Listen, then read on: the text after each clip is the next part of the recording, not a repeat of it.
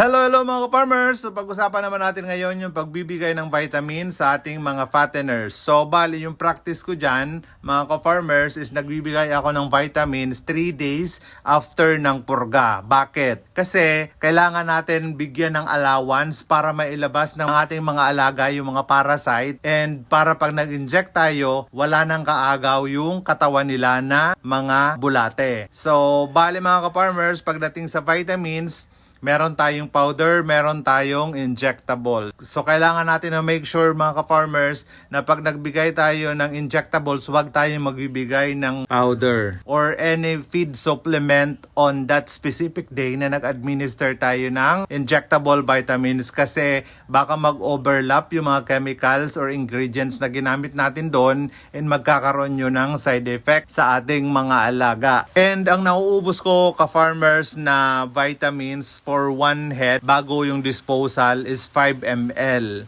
So, bale 3.5 months yun to 4 months. So, ang ginagawa kong basis dyan is from booster feeds to pre-starter. Yan, nagbibigay ako niya ng 1 ml. Tapos, from pre-starter to starter, nagbibigay na naman ako dyan ng another 1 ml.